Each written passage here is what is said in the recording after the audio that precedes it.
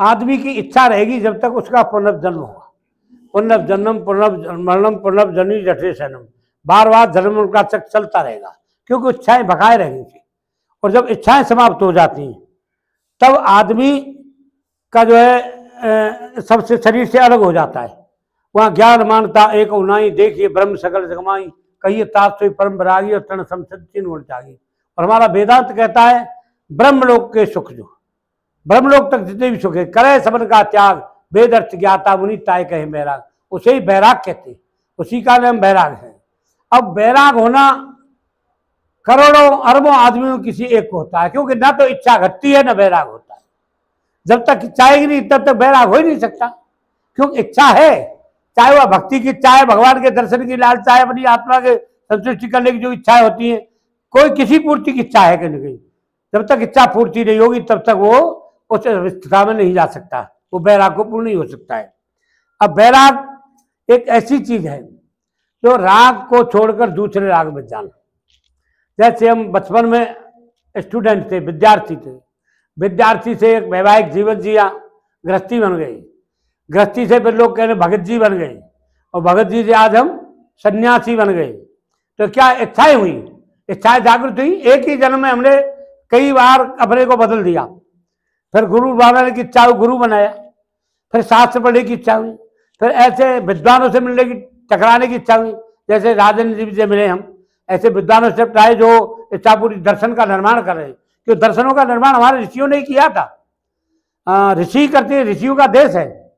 तो हमने अपने ऋषियों के सानिध्य में जाकर के हर जगह देखा। सत्संग किसे कहते हैं? सत्संग इसी को कहते हैं कि संतों के सानिध्य में रहकर सत्य की खोज करना। वास्तव सत्य क्या है? अब संत कहते हैं, वेद कहता है ब्रह्म सत्यम जगत मिथ्या, ब्रह्म ही सत्य है, जगत मिथ्या है। अब इसको मिथ्या क्यों कहते हैं? क्यों? ये परिवर्तनशील है, आगा पाई है, आने जाने वाला है, एक जैसा नहीं रहता। और उसी चीज को मिथ्या कहते हैं जो एक जैसी नहीं रहती।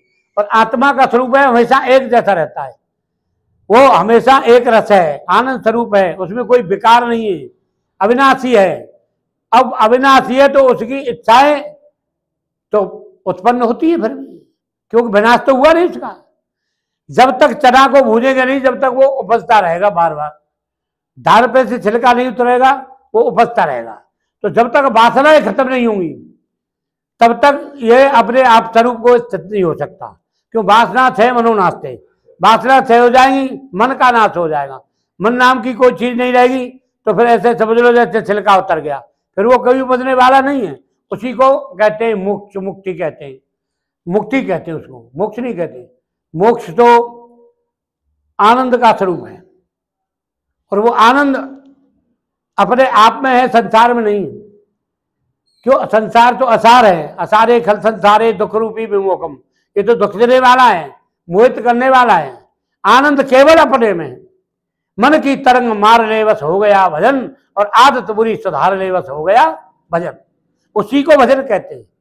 माला लेके भजन करने बैठ जाए, राम राम राम राम रटते रहो, ये कोई भजन थोड़ी है। मन की तरंगों को खत्म करना है, उस चेतना को जो इधर दौड़ती है उसको रोकना है, अपने आप में संयम रखना है। उसको अपने आप में रख करके ही आदमी का कल्याण हो सकता है। और वो किसी गुरु के सानिध्य से होगा। और गुरु के सानिध्य मार्गदर्शन करते हैं, ये दर्शन शास्त्री हमें सिखाते हैं, गुरु ही बताते हैं कैसे जाते हैं। जैसे हमारे गुरु ने दर्शन बनाए, इसी तरह से स्वामी राजेंद्र देव जी ने इच्छा पूर्ति दर्शन बना दिया। भाई इच्छा की पूर्ति कैसे होगी? जब इच्छा की पूर्ति हो जाएगी जीव अपने आप मुक्त हो जाएगा, क्योंकि इच्छा की पूर्ति हो गई उसकी। इच्छाएं रहेगी तो जन्म लेगा, जब इच्छा ही खत्म हो गई, इच्छा की पूर्ति हो गई, तो उसका जन्म नहीं होगा। फिर वह अपने आप में मुक्त हो जाता है, आनंद में हो जाता है, अपने स्वरूप में, अपने कोष में स्थित हो जाता है, अपने आप में स्थित हो जाता है। अब जब तक दो हैं तब तक इच्छा है, क्यों? एक से दूसरे को जानने वाला है, वहां गुरु भी नहीं रहता। अपने सिवाय शरीर के, अपने ध्यान के और कोई दूसरा रहता ही नहीं। नहीं गुरु माँ शिष्य, नहीं माँ रे नहीं सैनी, नहीं वेद माँ भेद, नहीं माँ काया माया, करता किसका जा भेद किसने बतलाया। अब कहते गुरु तो मेरा सर्वोपरि है, गुरु गोविंद दोनों खड़े काके लागू पाए, भले हरि गुरु अपने गोविंद। लेकिन गुरु वही तक तो है, गोविंद मिल जाए, गोविंद मिलने के बाद गुरु को पीछे छोड़ते। हम जमुना जी को पार करते, 10 रुपए देते मला के लिए नाव में, और नाव से हमें पार कर देता है। क्या फिर नाव को हम अपने कंधा पर रख के ले जाते? वही रह जाती है। यानी एक में स्थित हो जाता है, केवल अपने आप में स्थित हो जाता है। न ईश्वर है, न जीव है, न कोई ब्रह्म है, केवल अपने स्वरूप में स्थित हो गया तो ब्रह्माकार हो स्वयं हो जाता है। फिर पूरे ब्रह्मांड को अपने में देखता है, वो पूरा ब्रह्मांड उसको अपने में नजर आता है और स्वयं ब्रह्म स्वरूप आता है। वह मुक्ति का धाम है। अब हम उसके लिए घूमते हैं, लेकिन हुआ कब? वो त्याग से होता है। हम साधु हैं भाई, हवन नहीं लग रहा है यार, पैसे नहीं आ रहे हैं, मंदिर पे चढ़ाया कम आ रहा है, लोग दानदाता कम रह गए, भंडारे कम हो रहे हैं, ये हमारी इच्छा है। ये इच्छाएं क्या हमें साधु बन जाने देंगी? है कभी नहीं बनने देंगी भाई। साधु तो वो होता है निर्माण मोहा दोषा अध्यात्म कामा द्वंद्व मुक्ता, सबसे परे होता है। कोई इच्छा नहीं होती, अपने आप में मस्त रहता है, अपने आत्मा में संतुष्ट रहता है। काम क्रोध और लोभ 3 नरक के द्वार और 3 स्वर्ग के द्वार है, सब संतोष विचार, क्षमता आ जाए, संतोष हो जाए, विचार शुद्ध हो जाए, यही स्वर्ग है, यही वैकुंठ है। अगर ये नहीं है तो आप कहीं भी चले जाओ, आपको राजा बना दो तो भी कल्याण नहीं होगा, फिर भी चीनी की तरह हब्बक बढ़ोगे, ये एरिया मेरा हो जाए, ये एरिया हो जाए, अब किस पे हमला कर दो, उसको कर दो, तो कभी इच्छाएं पूर्ति नहीं होती। तो इच्छा पूर्ति के लिए सबसे बड़ी यही है कि स्वयं से पहले स्वयं की इच्छाओं की पूर्ति करो। और स्वयं की इच्छा क्या है? हमारी आत्मा की इच्छा क्या है? कि अपने आप को पार ब्रह्म परमेश्वर जिसे कहते हैं अपने आप में लीन कर देना, उसी में विलय कर देना। जैसे मीराबाई राजपाट मेवाड़ को छोड़ के आई थी बिहारी जी के दर्शन करने, और देखते देखते बिहारी जी में विलीन हो गई। वो भक्ति होनी चाहिए राधा जी के श्री चरणों में। जो जिसका उपासक है वो उसमें विलीन हो जाता है, क्यों? सब भगवान के ही स्वरूप है, पूरी सृष्टि परमात्मा की बनाई हुई है, सब परमात्मा का ही स्वरूप है। तुलसीदास बाबा लिखते हैं, सिया राम में सब जग जाने, करो प्रणाम जोर जो पानी। सिया राम में पूरा संसार, रचने वाला एक ही रचेता है, और वो नाना रूप में भगवान ने कहा है इच्छा पूर्ति। भगवान की जब इच्छा होती है तब वो पृथ्वी पर आते हैं। जब जब हो धर्म की हानि, बाढ़ असुर अधम अभिमानी, तब तब धर्म पर विविध शरीरा, हरे कृपा ने सज्जन पीड़ा। यानी नाना प्रकार के शरीर धर करके अपने सज्जन भक्तों की पीड़ा को दूर करते हैं। जैसे महाराज ने लिखा है इसमें, यदा यदा धर्म से गिलानी संभव बात, जब जब धर्म की हानि होती है तब तब मैं पृथ्वी पर आता हूँ। तो भगवान की इच्छा होती है कि मैं पृथ्वी पर जा रहा हूँ, और मनुष्य बन के आते हैं। हम जरा से संकट में घबरा जाते हैं, और भगवान जन्म लिया कहाँ? जहां बदमाश रहते हैं, जेल के अंदर, जीवन भर संघर्ष किया, क्योंकि भक्तों के लिए। भगवान राम आए राजा घर, लेकिन राजपाट धन धाम सबको छोड़कर 14 वर्ष तक वनवास किया है। भगवान ने किसने सुख पाया बता रहे? क्यों? वो हमारे दुख दूर करने के लिए आते कि तुम सोचो, अपनी इच्छाओं का दमन करो, अपने आप में आध्यात्मिक क्षेत्र में पहुंचो, अपने स्वरूप को पहचानो। हम जीवाभास हो गया ज्ञानवश, वास्तविकता में हम जीव नहीं। एक सूर्य की किरणें हजारों मील तक जाती, सबको प्रकाशित करती है। इसी तरह परमात्मा है, स्वयं प्रकाश प्रकाशक राम और माया धीश ज्ञान गुण धाम। वो मायापति हैं, ज्ञान और गुण के धाम हैं, वो सबको प्रकाशित करते हैं। उन्हीं के प्रकाश से प्रकाशित हो रहे हैं हम सब। जैसे सूर्य के प्रकाश से चंद्रमा तारे पृथ्वी सब दिखते हैं, अगर सूर्य नहीं हो तो कुछ भी नहीं दिखेगा। इसी तरह से उस पर ब्रह्म परमात्मा के प्रकाश से ही प्रकाशित है। तो ऐसा ज्ञान हमें मिल जाए, हमारी इच्छाएं उस तरफ बढ़ जाए, सांसारिक इच्छाओं को छोड़कर अगर उस तरफ बढ़ जाए तो जीव का कल्याण हो जाएगा। इच्छा पूर्ति का मतलब ये नहीं कि हमारी बढ़िया शादी हो जाए, बढ़िया बच्चा हो जाए। अरे तुम तो कलेश में फंसते जा रहे हो, द्वंद्व में फंसते जा रहे हो। वो कलेश है, हमें राज्य मिल जाए और बड़ा कलेश हो गया है, इंद्र बन जाए फिर बड़े कलेश, राक्षस पैदा होंगे, रोजाना मार होगी, इंद्र लोग को छोड़ के भागोगे, फिर देवताओं की शरण में जाओ, बताओ महाराज विष्णु भगवान बचाओगे थी। ये नहीं है। यानी इतनी संतुष्टि हो जाए, इतनी संतुष्टि हो जाए कि अपने आनंद में मस्त रहे, अपने आनंद में ऐसा मस्त रहे, मगन है कि जो भी आए उसको भगवान का ही स्वरूप दिखे, ये मेरा ही स्वरूप है, मुझसे भिन्न है ही नहीं। जब आप ऐसा सोच रहे कि मुझसे भिन्न कुछ नहीं है तो संसार में लड़ाई नहीं है, न राग है न द्वेष है, सबसे प्रेमी प्रेम है, और प्रेमी नाम परमात्मा का है। ये महादेव जी ने भी कहा रामायण में कि हर व्यापक सर्वत्र समाना, प्रेम से प्रकट होए में जाना, प्रेम से प्रकट होते हैं। ये प्रेम की बात है, उदो बंदगी तेरे बस की नहीं है, यहाँ तो सर दे के होते हैं सौदे, आज की इतनी सस्ती नहीं है। ये प्रेम का खेल है। प्रेम हरि का रूप है, बेहर रूप अरूप, और एक ही में दोनों लखें जो सूरज में धूप। सूरज में धूप दिखती है, अलग नहीं होती। इसी तरह से प्रेम से परमात्मा कभी दूर नहीं होता है। बाइबल भी कहती है love is God, God is love, God is demand that, God is everywhere. हर जगह परमात्मा है, लेकिन उसको चाहने वाला चाहिए, पुकारने वाला चाहिए। इसलिए अपनी आत्मा का चिंतन करो, अपनी इच्छा पूर्ति के लिए अपनी आत्मा में ही सोचो तू कौन है, क्या था। जैसे राजदेव जी का 1 मिनट रुको, सोचो कौन है तू, किस लिए आया था, क्या करना था, क्या कर रहा है और क्या करना चाहिए है। अपने आप के बारे में सोचो, संसार के बारे में सोचो। जब अपने आप के बारे में सोचोगे, सोचते सोचते आप उससे चाह तक पहुंच जाओगी, इच्छा पूर्ति हो जाएगी आपकी और आपका कल्याण हो जाएगा। मैं अपनी वाणी को विराम देता हूँ। ओम नमो नारायण जी। राजा जनक की सभा में, जोरंत बोलो। राजा जनक की सभा में हाँ अष्टावक्र आए। हाँ। और अष्टावक्र से राजा जनक ने एक प्रश्न पूछा जो उन्हें स्वप्न दिखा था और स्वप्न के बारे में और जगने के बारे में उन्होंने प्रश्न किया, वो सत्य है या ये सत्य है। तो क्या जनक महाराज ने जब स्वप्न देखा तो स्वप्न में उन्होंने क्या देखा था कि स्वप्न में वो एक भिखारी बन गए और भिखारी बन के भूख से तड़प रहे। उसमें खाद्य पदार्थ हाथ लगा, कौआ ने झपट्टा मारा, चील ने झपट्टा मारा, उसको भी गिरा दिया और उनकी आंखें खुल गई कि ये भी प्राप्त नहीं हुआ। अब तू इस सिंहासन में बैठा, क्या ये सत्य है, क्या वो सत्य है? उसने देखा था एकदम सत्यम न उदम सत्यम। तब अष्टावक्र तो जो ब्राह्मण आता था उसी को ठोक के जेल में बंद कर देते थे कि अगर वो सत्य है तो मैं यहां क्यों बैठा हूं, अगर ये सत्य है तो मैं भिखारी क्यों नहीं हूं। अब अष्टावक्र की माँ उनको लेके उनके मायके में चली गई और जब अष्टावक्र थोड़े सियाने हुए तो बहुत तेज थे, विद्वान थे, 8 जगह से टेढ़े मेढ़े थे। तो लोग उनसे कहने लगे इतना बड़ा विद्वान है तो अपने बाप को छोड़ा ला जेल में। तो उन्होंने कहा मेरे पिताजी कहाँ हैं? माँ ने कहा बेटा कहीं नहीं। बोले बताओ मुझे, मैं जाऊंगा। बोला जेल में, वहां राजा जनक के यहाँ। तो राजा जनक के यहाँ वो गए, जाते ही उनको देख के लोग हंस गए पहले तो, क्यों 8 जगह से टेढ़े मेढ़े थे। तो उन्होंने कहा जनक महाराज मैंने तो आपकी सभा विद्वानों की समझी थी, ये तो चमारों की सभा है, आप चमड़े की पहचान करने वाले हो, विद्वानता की नहीं करते। तो राजा जनक सहम गए और उनका जो सिंहासन था उस पर वही व्यक्ति बैठता था जो उसके सवालों के जवाब दे सकता था, यानी जो जनक का गुरु बनेगा वही बैठेगा उस पर। और चला भी देर नहीं लगाई उन्होंने और जाकर के धर्म सिंहासन बैठ गए। अब जनक समझ गया कि भाई ये तो मेरा गुरु है। तो उन्होंने जब प्रश्न किया राजन, नहीं इदम सत्यम न उदम सत्यम, नो वह सत्य था और न ये सत्य है। जागृति की सृष्टि जभी तक है जब तक तेरी आंख खुली है, आंख मिलते ही ये सृष्टि खत्म हो जाएगी और आंख खुलते ही तेरी वो सृष्टि खत्म हो गई। ये दोनों सृष्टि मिथ्या है, तो फिर सत्य क्या है? ब्रह्म सत्यम जगत त्याजीवोदातर, ब्रह्म ही सत्य है, बाकी जगत तो सब मिथ्या है। ऐसा ज्ञान दिया तो महाराज गुरु बन जाओ। तो मन कैसे रुके महाराज? मन तो बहुत तेज है।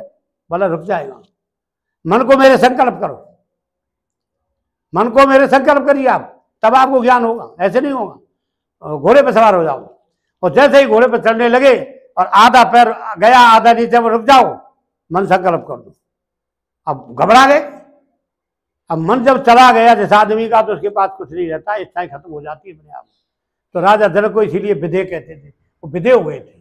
बोला ये हुआ कैसे? बोलो दूध का कटोरा रख दिया हाथ में, जाओ पूरे जंगल में घूम के आओ और देख के जब बताना क्या हाल है। आए घूम के, बोल क्या हाल है भाई? बोल क्या देखा? कितने मकान थे सुनारों के, कितने बनियाओं की दुकान थी, कितने सन्यासी थे, कितने साधु थे। बोला मैंने कुछ नहीं देखा, मेरा ध्यान इस कटोरे में था। तो मन को इसी तरह तू लगा देगा ना, अपने को एकाग्र करके, तब तेरा कल्याण होगा। तो राजन मन जब तक रहेगा तब तक कल्पनाएं होती रहेंगी। मन का काम है सोच विचार करना, कल्पना करना। और कल्पित और कल्पना जते ही जिनते ज्ञानी नारायण ही ज्ञानी पुरुष होते हैं, दोनों से अलग हो जाते हैं कल्पित कल्पना से। और कैसे होगा? तो जब तक मन पर काबू नहीं होगा। अब मन वो काबू कैसे हो महाराज? भगवान कृष्ण से अर्जुन कहते हैं गीता में कि महाराज मन का वेग तो वायु से भी ज्यादा तेज है, इसको कैसे बांधा जाए? बोला अर्जुन बन जाता है, अभ्यास से बढ़ेगा, निरंतर अभ्यास करने से। हम निरंतर किसी के सानिध्य बने तो उस चीज को सीख जाएंगे। इसी तरह साधु संत अच्छे सदूर के हम सानिध्य में रहें तो मन का भी काबू हो जाएगा। जैसे किसी ने जंतु को पाल लिया और जंतु से कहा कि तू मुझे काम बता जाता, और काम नहीं बताया उसी क्षण तुझे मार दूंगा, और किसी से कहना मत।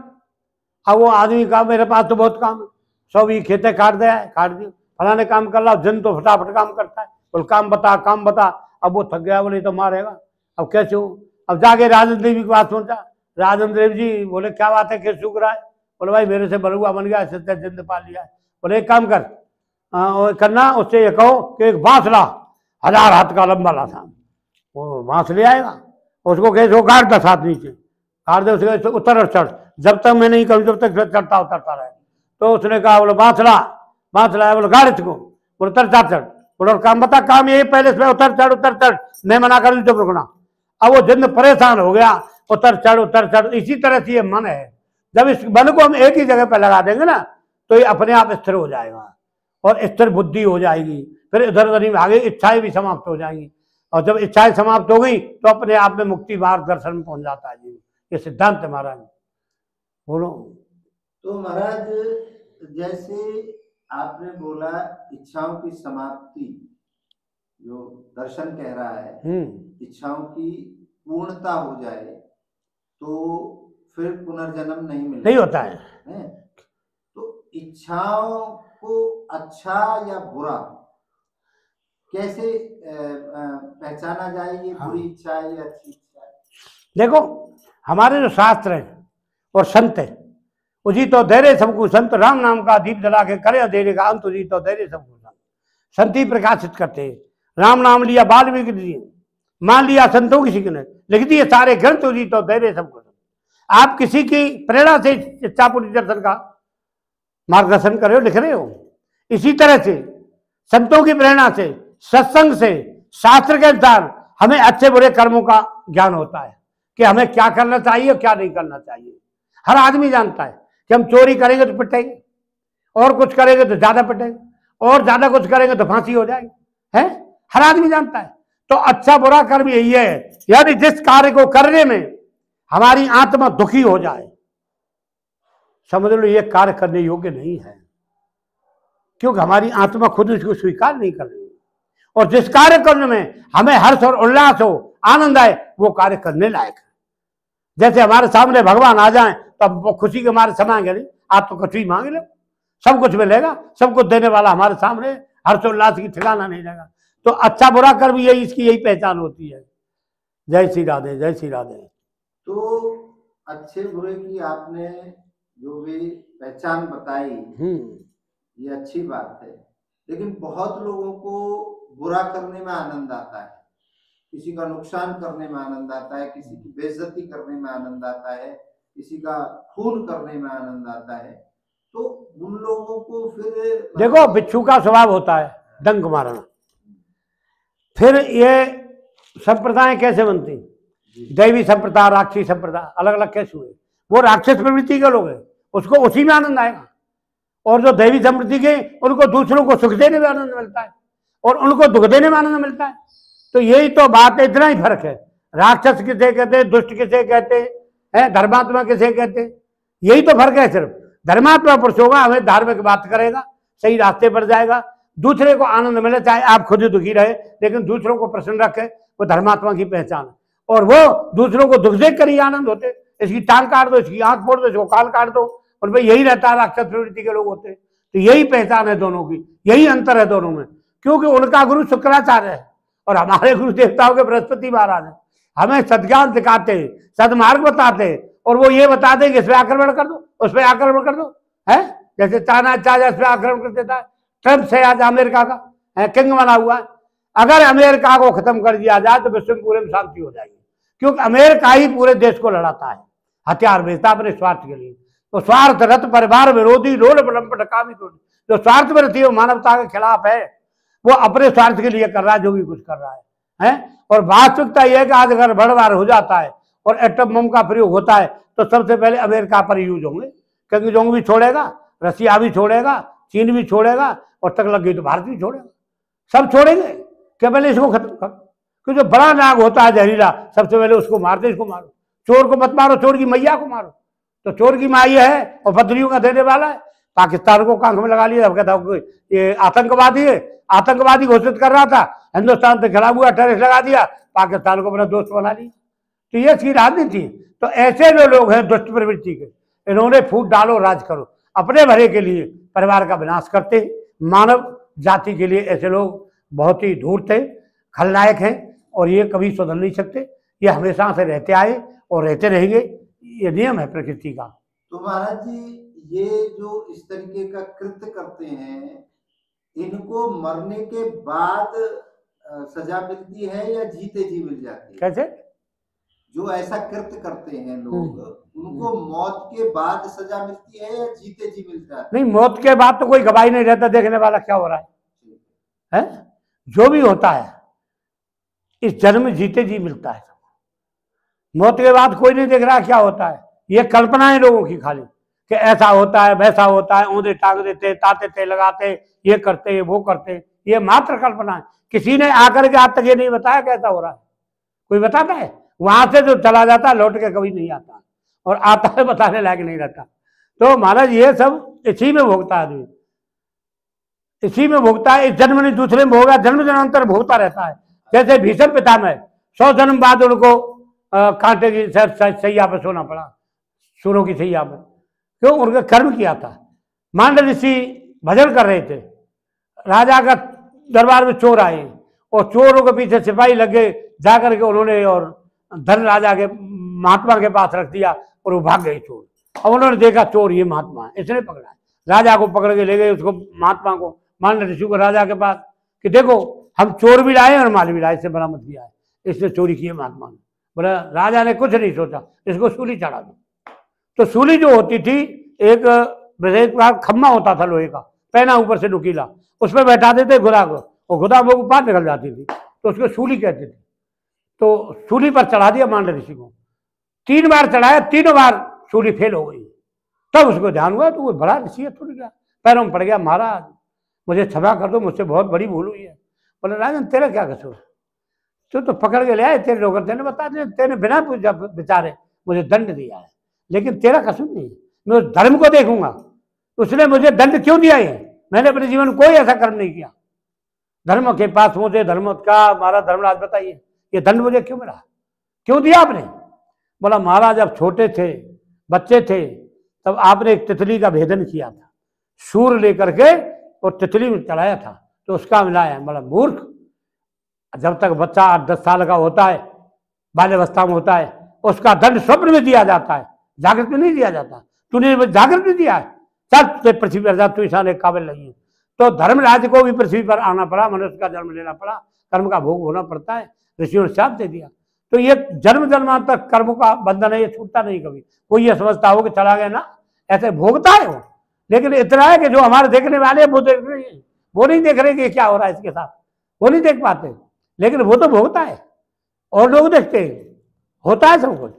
तो कर्म का फल तो मिलता है, कर्म ने बादकार अच्छा महाफलेश कदाचन, लेकिन कर्म का फल कब नहीं मिलता, और सिर्फ स्थिति को भी बताऊंगा मैं आपको कि अर्जुन जिन्होंने ज्ञान रूपी अग्नि में अपने कर्मों को भस्म कर दिया है, उन्हें कभी कर्म बंधन बाध्य नहीं करते। जिनको ज्ञान हो गया है उनके कर्म सब भस्म हो जाते हैं। जैसे 1000 मन रुई का गल्ला एक माचिस की तिल्ली जला के भस्म कर देती है, इसी तरह से गुरु का महावाक्य एक क्षण में सारे अज्ञान को दूर कर देता है।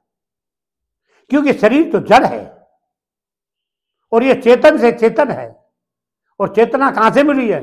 ईश्वर अंश जीव अविनाशी चेतन अमल सहज सुख राशि, चेतन है, अमल है, सहज है, सुख की राशि है, आनंद पूर्वक है, लेकिन विकार कहां से आ गए? क्योंकि ईश्वर का अंश है ये। और जो भी कर्म हो रहा है उसी के द्वारा हो रहा है, हम कुछ करने वाले ही नहीं। ये शरीर जब मर जाता है तो क्यों नहीं हलता, क्यों नहीं देखता, क्यों नहीं बोलता, क्यों नहीं हाथ पैर चलते? क्योंकि इसमें से जो चेतन स्वरूप है वो निकल चुका है। तो करने वाला कौन था? गोविंद। जो भी कुछ करते हैं वो गोविंद करते हैं। सारे कर्मों को भरा भरा तब तेरे अर्पण, पाप पुण्य भी तेरे अर्पण, ये जीवन भी तेरे अर्पण, सबको अर्पण कर दो। समर्पण भाव हो जाएगा तो उसको ज्ञान हो गया। जब समर्पण हो गया तो भगवान सब उसको क्षमा कर देते हैं। विप्र सहस्र बद लागे जाऊ और आए शरण तजू नहीं। ताऊ जो मेरी शरण में आ जाता है, सब ब्राह्मणों का वध करके आ जाए, तभी उसको नहीं छोड़ता हूँ।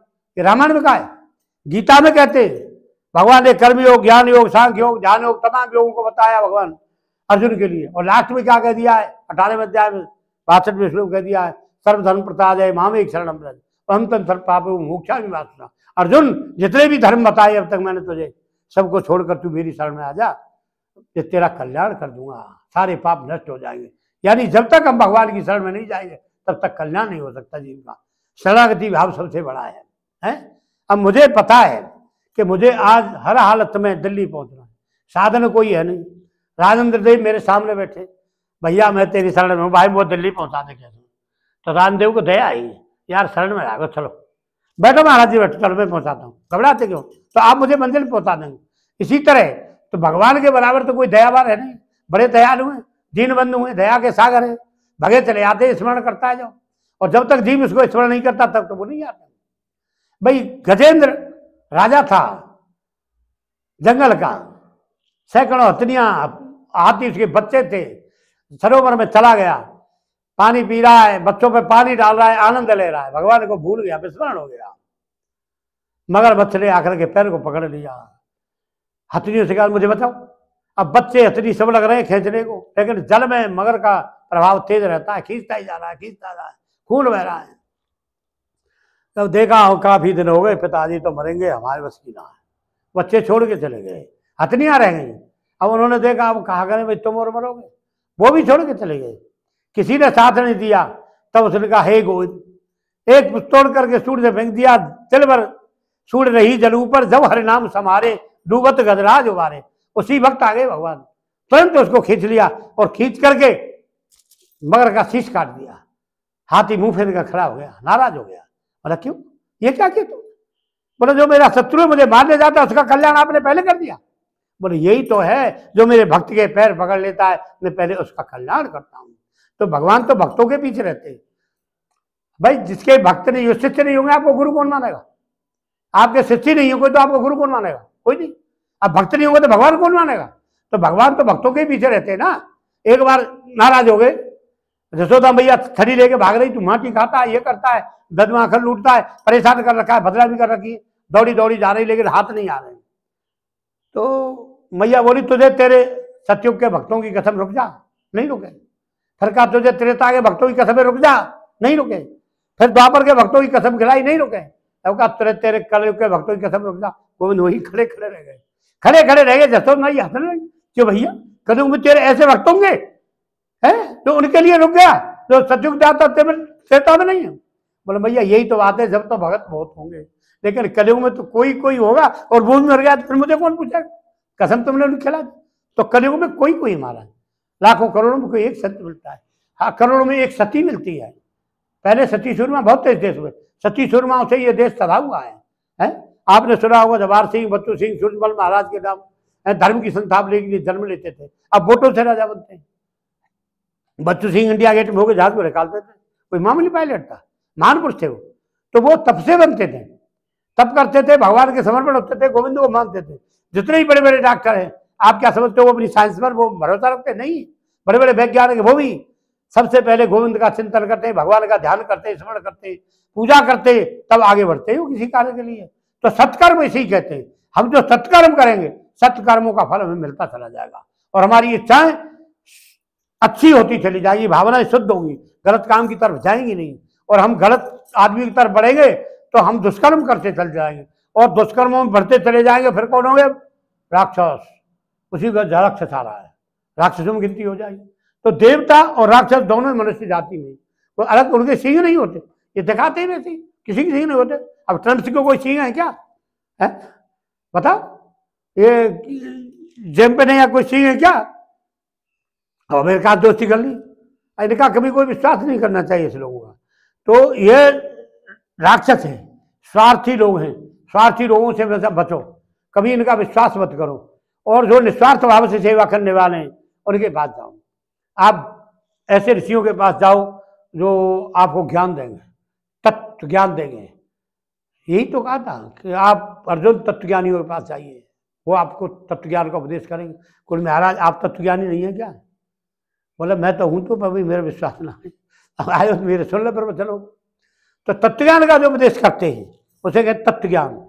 थोड़ा थोता होता है गेहूं, एक तत्व होता है सार, सार सार को कह रहे थोता दे उड़ाए, साधु ऐसा चाहिए जैसा शुभ स्वभाव, शुभ का स्वभाव होता है, थोते को उड़ा देता है और तत्व को रख लेता है, ज्ञान को रख लेता है। आजकल संतों की पहचान कैसे की जाए महाराज, क्योंकि आजकल तो संतों में ये बहुत बड़ी टेढ़ी खीर है। आपने प्रश्न बहुत जोरदार किया है कि जो संत हैं वो उनका न तो रूप है न कोई भेष है, वो अपने आप में मस्त रहते हैं। निर्मल मन जन सो मोह पावा और मोह कपट छल चंद्र भावा। और कपटी छली लोग बहुत हो गए, बड़ी बड़ी लंबी जटाएं बना लेते हैं, 5-5 तरह के तिलक लगाएंगे महाराज, पूरे मोड़े पुतले, पीले वस्त्र पहन के विश्वामित्र बन जाए, घर में बैयर राखें, नाती पोते न राखें, और वैसे अरे साहब हम मंडलेश्वर बने जा रहे हैं। देखो ब्रह्मलोक तक सब सुखों का त्याग करते वो ऋषि होता है, तो सुखों का त्याग तो कर ले रहे हैं, गाड़ी घोड़ा में घूम रहे हैं। और देखो न उनके यहाँ कोई वर्ण व्यवस्था है, न साधुता है, अहंकार में 24 घंटे हम बड़े संत हैं, घूम रहे भगे। तुम्हारे संग मेरा राखो बाबू दक्षिण बारह फूट धरो भैया, संग रह गई तुझे क्या, तुम भी बहुत जाते थे उसके रद्दास वाले। तो ये कपटी मुनि, नाम से बात नहीं कर, नाम नहीं करा, ये कपटी मुनि है। कपट से मुनि बन करके सपेरे बड़े बड़े भेष बना लेते, साधु संत होते थे, अच्छी सी पीछे बट कपड़ा रखते, ऐसे पहचान नहीं होती। साधु की पहचान होती है ज्ञान से, उसकी वाणी से। जब साधु बोलता है तब उसका पता चलता है इसके अंदर ज्ञान है, इसके अंदर भक्ति है। और जहाँ ज्ञान नहीं है, केवल मांगना खाना और जीवोत्पादन करना यही सोच रखा है, वो साधु थोड़ी ही महाराज। झूठे ही लेना, झूठे ही देना, झूठे ही भोजन, झूठ चबेना है। जिनके लखोर जटा विशाला तीता पचकलकार कलाला कटुक में तुलसीदास जी ने वर्णन किया है, उन्हीं को तपस्वी माने तो ज्यादा बोलना जानते। लखा जटा बड़ी हुई जिनके, उन्हीं से तपस्वी कहते हैं, बहुत लगा उसी तपस्वी कहते हैं। ऐसा नहीं है। संत जो होगा अपने स्वभाव से ही ऐसा होगा विचित्र, वो किसी से बात ही नहीं करेगा, कम बात करेगा, क्योंकि वो जानता है कि सामने वाला ये तेरा ही स्वरूप है, तो तुझसे बात ये भगवान स्वरूप है, क्योंकि वो सब में भगवान देखता है। विनम्र होगा, उसका स्वभाव ही अलग होगा, पहचान हो जाती है। ऐसी बात नहीं, इनकी पहचान हो जाती है संतों की। लाओ माई हो देव तेरा ये होगा वो हुआ, तेरा नौकरी से लग जाएगा, ये सब अफंडी है, सब पहचान जाते हैं। पहचान एक देर भैजामार, ऐसी बात नहीं, सबकी पहचान होती है। सब कागा कोयल एक अलग बैठे एक ही डार, वाणी से पहचानिए को कोयल को काग, कौन कोयल है कौन काग है, वाणी से पता चल जाता है। लेकिन वाणी से पहचानने वाले लोग भी तो कम है आजकल। दिखावे से बड़ी गाड़ी में घूम रहा है, बड़ी बड़ी बातें कर रहा है, बड़े बड़े नेताओं के यहाँ उठक बैठक, हाँ, उसी को संत मानते हैं आज के टाइम में, क्या है? नहीं मानते। कौन कहता है उसको संत मानते? अब आपको खूब नेता में डोलो, चुनाव लड़े हो सांसद का है, और दुनिया भर का ये इच्छा पूर्ति दर्शन कर दिया, हम आपको संत मानते नहीं? ये तो नेता है, हम जान है, पहचान हो जाती है, हम जानते नहीं आप नेता हो। दर्शन लिख रहे हो, नेता हो, लेकिन विद्वान नेता हो, चतुर नेता हो, डॉक्टर हो भाई, PhD की है, पढ़े लिखे हो, कोई पागल तो नहीं। लेकिन जो अनपढ़े गमारे तो कुछ भी नहीं जानते, उनकी भाषा अलग है, वो अलग पहचान जाते हैं, और आपकी भाषा है वो भी अलग पहचान है। आप भी नेता हो, सांसद का चुनाव लड़ चुके हो, आप बहुत बड़ी गलती कर चुके हो, नहीं लड़ना चाहिए था आपको। क्यों संत की बदनाम? अरे साधु ने कहा मतलब है, संतन को कहा सी करी ते काम, आमद जात पनैया टूटे बिसर जाए हरे नाम। लेकिन महाराज संतों को पहले राजनीति पूछती थी, धर्म के अनुसार पहले राज चलता था। वो धर्मगुरु थे सब राजाओं के पास, और धर्मगुरु आदेश देते थे, उसका राजा पालन करते थे, है ना। तो ऐसे धर्मगुरु भी थे जो राजाओं को विनाश करते थे। जैसे नजीर देता हूं कि पंडित को पूछा कि हमारी रानी क्या होगा, राजा प्रथम ने, और रानी ने दे दी बाबू 100 थैली, लोग के वसूल क्या इसका ऐसा, जिसका मुंह देखते ही तू खत्म हो जाएगा, इससे तू मंजाब खत्म करवा दे। और हुआ कौन दिन? नल अवतार हुआ था, पुराणों में आता है, नल पुराण कोई मामूली नल नहीं था, नल है, उनका विनाश करवा दिया और बुरी तरह मरवा दिए, पंडित ने मरवाए। अच्छा, दूसरी बात, भरतपुर महाराज ने पुष्कर को तोड़ा, दोनों का एक ही गुरु था, तो वो राजपूता है, और महाराज हमें कैसे बचाया पाते, तो मार देगा।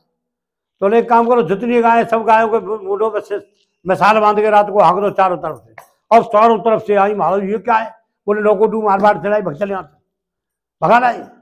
दिल्ली को तोड़ा जवाहर सिंह ने, सिंहासन बैठे हुए तुरंत रोक दिया, रोको महाराज, क्या कर मुसलमानों के झूठे सिंहासन पर बैठोगे, हमारे बैठने के काबिल नहीं है।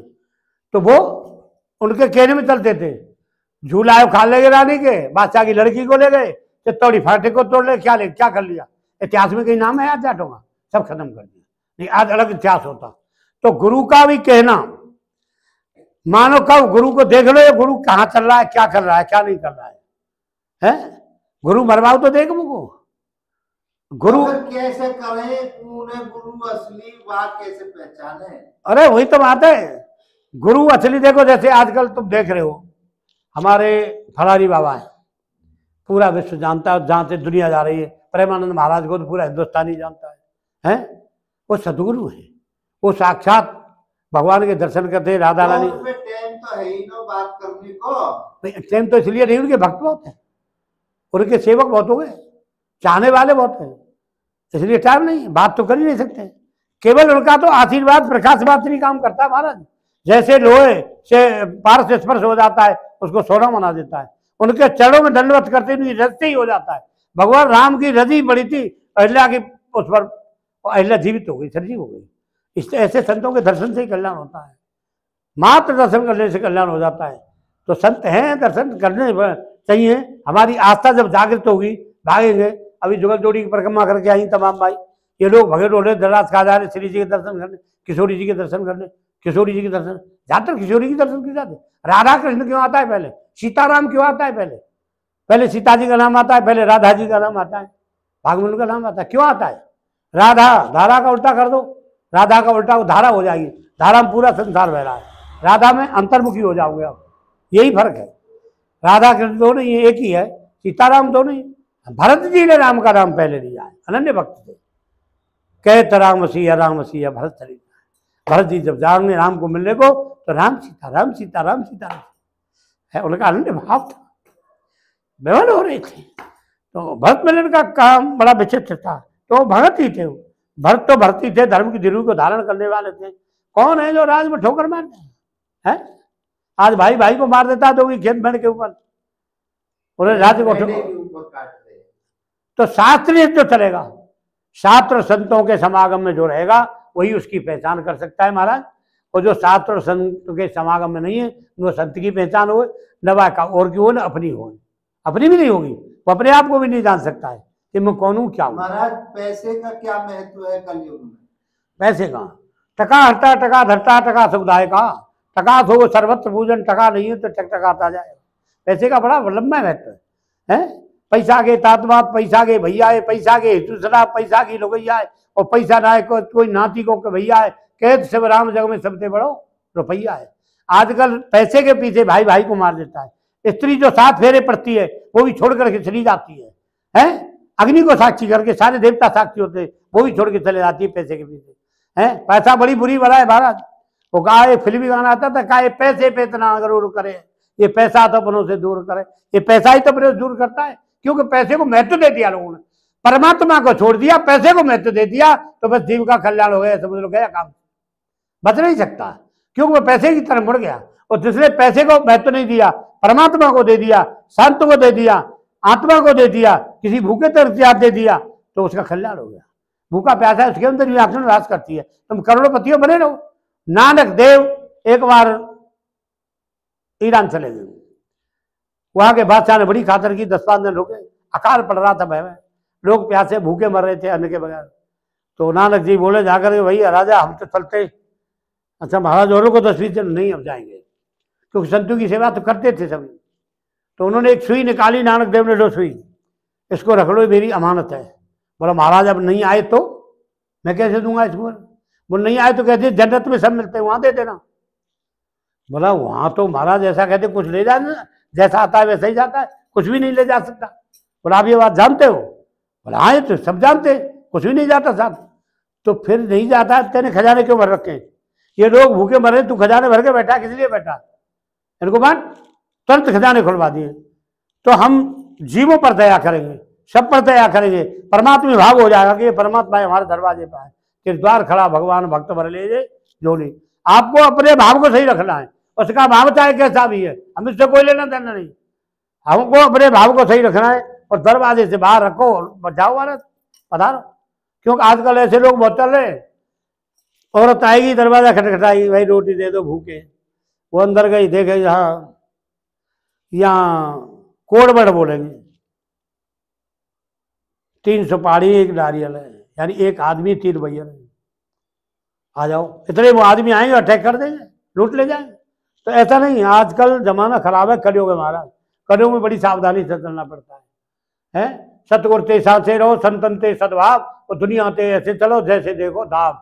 ये ना कि तुम मारे बिहारो तुम चुप पिटोगे ना, थोड़ा दो पहले उड़ाए। इसीलिए मैं कहता हूँ हिंदू सेना का आदमी हूँ, है मैं डायरेक्ट कहता हूँ कि शस्त्र और शास्त्र का संगम होता है। भगवान राम ने अयोध्या को छोड़ दिया, राज को छोड़ दिया, राजसी वस्त्रों का त्याग कर दिया, लेकिन शस्त्र को नहीं छोड़ा था। आंतरिक विद्रोह होगा, तुम क्या करोगे? मिसाइलें कि तुम मारेंगे, यहाँ मिसाइल तो मेरे ठिकाने पड़ेंगे। इसलिए हथियार रखो, सबसे कहता हूँ हथियार लेते नहीं लोग, हथियार रखो ज्यादा से ज्यादा, नहीं मानते। तो शास्त्र शस्त्र का संगम है, ये बहुत जरूरी है। दुनिया जैसे चलती है वैसे चलना चाहिए, ऐसे नहीं जैसा नाचा नाचा और वैसे ही वाचा वाचा, समझिए उसी तरह चलो। कि दुनिया है, दुनिया दुरंगी मक्खी सराय, कहीं खैर खूबी कहीं आया, ऐसे ही चलती रहेगी। दुनिया और दुनिया की बातें दोनों झूठी जानो जी, और सच्चा रूप देख के अपना अनुभव से पहचानो। दुनिया की बात झूठी, दुनिया झूठी, तो इसकी बात ही कब सत्य है? अपने स्वरूप को पहचानो, सच्चा रूप देख के अनुभव करो। अनुभव ज्ञान और गम्य प्रकाश, तब वो मूल भ्रम नाशा। अनुभव ज्ञान सबसे बड़ा है। महाराज जो अच्छे संत हैं और उन्हें कुटियाएं बना रखी हैं, क्या फुटनार हो, वैसी बात करें, बंद कर रहा है चालू है। जो कुटियाएं बना रखी हैं, मेहनत करी है, गुरुओं ने करी है, खुदों ने करी है, तपस्या करी है, और आज भूमाफिया उन पे नजर टिकाए हुए हैं। उन संतों की तपस्या को खत्म करने पे उतारू है, उन जगहों को काबू करना चाहते। नहीं, विश्वामित्र ने तपस्या की थी तो राम को लेने नहीं आए थे? पहले भी थे। क्या राक्षसों ने पहले ऋषि मुनि के आश्रम पर हार नहीं डालते थे, यज्ञ को भंग नहीं करते थे? हार मांस मदिरा डाल देते थे, विष्ठा डाल देते थे, खत्म करते थे, पहले भी थे और आज भी है। भूमाफिया आज भी। हमारे यहाँ सेवादास बाबा थे लौटा बन वाले, हमारे सामने एक छोटी सी कोठरी थी, 3 बड़ी चुनाए थे, डायमंड जंगल में चुनी, मंदिर पर नहीं रुके किसी पे। ये आना हुआ, उसमें 2.5 मन तो कबूतर ने बीट डाली, उसी में धुआं लगा दिया। और धीरे धीरे धीरे धीरे 50-60 बीघे जमीन खरीदते गए और बनाते गए, खरीदते गए। पूरा पत्थर का बना हुआ है आज वो आश्रम, पूरा पत्थर का। और जब कुंभ को जाते चांदी की पालकी में जाते थे। हैं अब क्या लगे उनके पास कुछ नहीं, शरीर छोड़ दिया, चले गए छोड़ के सबको। कई करोड़ रुपया छोड़ गए। और उनके शिष्य, एक शिष्य को बैठा दिया। शिष्यों में इतना सब समझदार है, छोटे बाइबल है, सबसे छोटा शिष्य है, इसको बना दे, उसी को महंत बना दे। हम भी गए तो महंत बना दिया, खूब भंडारा किया, बहुत जबरदस्त, कई दिन तक चलता रहा। तो ये है जो संत हैं, वास्तविक जो संत हैं, और उनका लक्ष्य केवल भगवत प्राप्ति और जीव कल्याण के लिए है, उनके पास कोई नहीं जाता। और जाता है तो वो जल के भस्म हो जाएगा, गिरी में पतंगा गिरेगा तो भस्म हो जाएगा, बचेगा नहीं। वास्तविक संत उनके पास जाएगा, बचे नहीं, बच नहीं सकता है।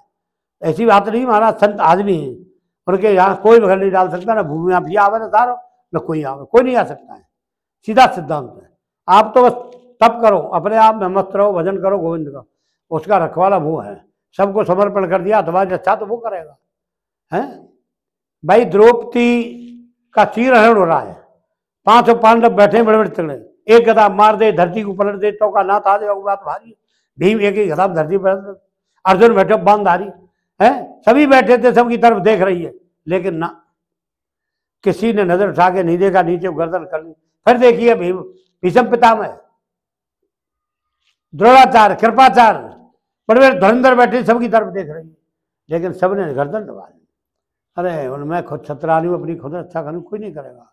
पल्लू को पकड़ लिया कस के, तू साधन ने झटका मारा, उठ गया। हे द्वारकाधीश, भगवान उसी सभा मौजूद थे, क्यों? भगवान तो सब जगह रहते, सर्वत्र व्याप्त है। जैसे ही द्वारकाधीश का द्वारका गए, फटाफट आ गए, तीर बढ़ा दिया। 10,000 हाथियों का बल था, थक गया खींचते खींचते, लेकिन सिर नहीं घटा। तो भगवान जब जिसकी रक्षा करते हैं ना, उसका कोई कुछ नहीं बिगाड़ सकता। जिसके भगवान रख सकते, प्रहलाद को सांपों में डाल दिया, पहाड़ों में डाल दिया, अग्नि में जला दिया, क्या क्या नहीं किया उसके साथ। फिर भगवान आए लास्ट में, और फिर प्रहलाद ने भी क्या मांगा, महाराज मेरे पिताजी का कल्याण कर दो, इसका उद्धार हो जाए। इतने पर भी तो बोले इसका कल्याण तो हो गया, मैंने अपने हाथों से मारा है, सतही हो गया, तू क्यों मांग रहा है और कुछ मांग रहा है? तो कहने का मतलब है आप हमारे पुराने ग्रंथों को उठा के देखो, भगवान हर जगह हैं, सर्वत्र व्याप्त हैं। महाराज आपने पहले भी कह दिया कि इच्छा परमात्मा के अंदर भी होती है। इच्छा होनी चाहिए, नहीं, परमात्मा के अंदर भी होती है। वो मैं बता रहा हूँ, इच्छा कब होती है? जब उनके भक्त रुक पाते हैं। भगवान की इच्छा होती है कि अब मैं पृथ्वी रचना करूंगा, भगवान की इच्छा हुई तभी तो रचना की है। ये भगवान खेल करते हैं, जैसे हम छोटे छोटे खेलते थे, घरुआ पाती बनावे फिर चले जब बढ़िया हमारे को खेल बेचर को, सृष्टि खत्म हो गई। इसी तरह से भगवान की जब इच्छा होती है पृथ्वी पर आते हैं। पहले यहाँ गिरिराज स्थापित किया, जमुना जी पदार्पण की, तब भगवान यहाँ आए थे। लक्ष्मी जी वहाँ चले, मैं नहीं जाऊँगी, माँ न गंगा जमुना जी, न माँ ब्रज, न गिरिराज पर्वत, बोल सब कुछ हो जाएगा, मैं आऊँ, चला आ जाऊँ। तब तो उनको लेके आए थे। तो भगवान की जब इच्छा होती है तब वो रचना करते हैं अपने आप। रचने वाले हमको और आपको, जो हम सोच रहे हैं ना, हम जो सोचने वाले, रचना बनाने वाला तो वही है। उनको बनाने वाला कौन है? जिसकी रचना इतनी सुंदर, उसको देखो। उनको, भगवान को, उनको कोई नहीं बनाता, माई न बाप और आप ही आप, वो स्वयं अकेले हैं, निर्विकार हैं, निराकार हैं। जैसे पानी होता है वो बर्फ का रूप धारण कर ले जाता है, इस तरह वो साकार में भी आ जाते हैं, साकार बन के आ जाते हैं। मैंने अपने दर्शन में लिखा है, निराकार से साकार हो जाते हैं। इच्छा की इच्छा हुई, इच्छा की इच्छा हुई, हाँ, कि मैं एक से अनेक हो जाऊं। अनेक हो जाऊं, भगवान अनेक होते, एक से अनेक वही तो होते। ये सच्ची में अनेक सब भगवान का स्वरूप है, ये भिन्न नहीं। उनकी इच्छा हुई, चलो मैं अनेक हो जाता हूँ, लीला करता हूँ। ये गोविंद की लीला है, अपने आप करते हैं, आते सारी चीजें करते हैं, चले जाते हैं, यही ज्ञान है। जब भगवान ही लीला कर रहा है तो कर्म करने वाला कौन है? उसके कर्म यहीं पर बन जाते हैं, समझ गए? तो कर्म करने वाले ही तुम हो। ये शरीर तो नाशवान वस्तु है, आपने बना दिया कठपुतली की तरह, इसको नचारे हो डोरा से, है? जो भी कुछ हो सब तुम हो, समर्पण भाव हो गया तो उसके कर्म बंधन से मुक्त हो जाता है वो जीव, बद के नहीं रहता फिर। क्यों? मैंने कुछ किया ही नहीं है। अब मैं करता हूं तो मरने के बाद मैं क्यों नहीं करता हूँ? मैं क्यों नहीं बोलता हूँ? क्यों नहीं चलता हूँ? मैं कुछ हो ही नहीं, मैं नाम की कोई चीज ही नहीं। और जब तक मैं है तब तक द्वैत है कि मैं और तू दो हो जाते हैं, द्वैत भाव रहता है, द्वैत नहीं होता कुछ भी। मैं सेवक स्वामी प्रभु, रामायण में दे दिया, मैं सेवक हूं तुम स्वामी। मैं वहां भी घुसी हुई है, कृपालु महाराज कहते हैं, मैं वहां भी घुस रही, मैं बिल्कुल निकल जाएगी, शरीर का भार नहीं रहेगा, न ज्ञान है, न ध्यान है, न मान है, न अपमान है, कुछ नहीं है। पागल कहते उसको कहते पागल आ गया, पागल अवस्था हो जाती है उसकी, फिर उसको कोई भान ही नहीं रहता, देह का भान नहीं रहता है, देह भान भूल जाता है, देह से अलग हो जाता है, सब में गोविंद ही गोविंद देखता है बट्टल मार जाने कुत्ता खा लेता रोटी है, अरे चिपल दो भारत, अरे प्रभु रुको, लास्ट में कुत्ता को रुकना पड़ा, भगवान का रूप धारण कर ले, वही चपल ले है, तो भगवान उसी रूप में आ जाते हैं जिस रूप में आप याद करते हो। ये विचित्र लीला है। और उससे ऊपर न तो हम हैं और न आप हैं और न कोई जितने भी ऋषि मुनि हैं वो हैं, क्योंकि सबने उसी के लिए यज्ञ हवन तर्पण आदि जो किए, भजन किया, उसी के लिए किया, उसी की प्राप्ति को किया, उसका दर्शन हो जाए, उसके दर्शन में आपसे जीव का कल्याण हो जाता है। आप कह रहे थे ना कैसे पहचानो, ऐसे हो दर्शन करो ऐसे ऋषि मुनियों के जाके, उनके चरणों की रज लो, उसी से कल्याण हो जाएगा। किशोरी तेरे चरणों की जरा सी रज मिल जाए, कल्याण हो जाए।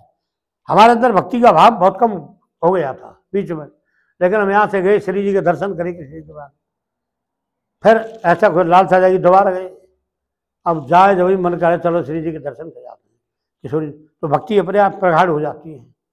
क्यों? राधा जी तो भक्ति की देने वाली और भक्तों की सेवा करने वाली। एक बार 3 संत चल दिए और 3 संत जाके और कहाँ जा रहे? ससुराल में, रोटी कहाँ खाएंगे? ससुराल में। राधा जी के मंदिर पर चढ़ गए, शाम है गई, सब चले गए, वो वहीं सो गए, बोले यहीं सो जाओ भैया, हम पे तो दर्जा थक गए, हम तो चढ़ते चढ़ते थक गए, सो गए।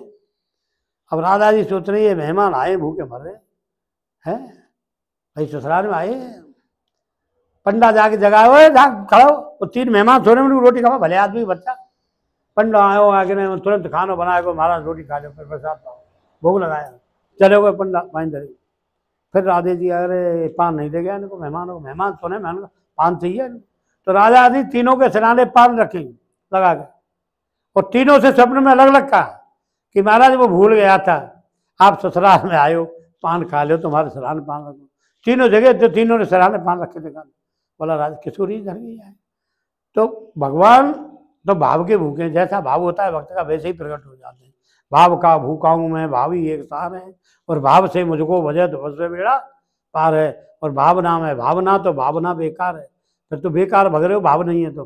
बिना भाव के कुछ नहीं है। भवानी शंकर हो बंदे श्रद्धा विश्वास रूपणो, या व्याम बना पसंद थी श्रद्धा। भवानी नाम श्रद्धा के, शंकर नाम विश्वास के हैं।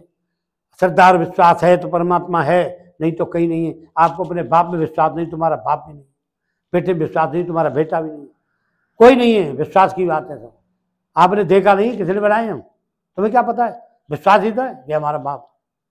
भ्रम और भय, हाँ, ये क्या है? भ्रांति, भ्रम और भय। हाँ, भ्रांति भ्रम एक ही बात है, भ्रम हो जाना।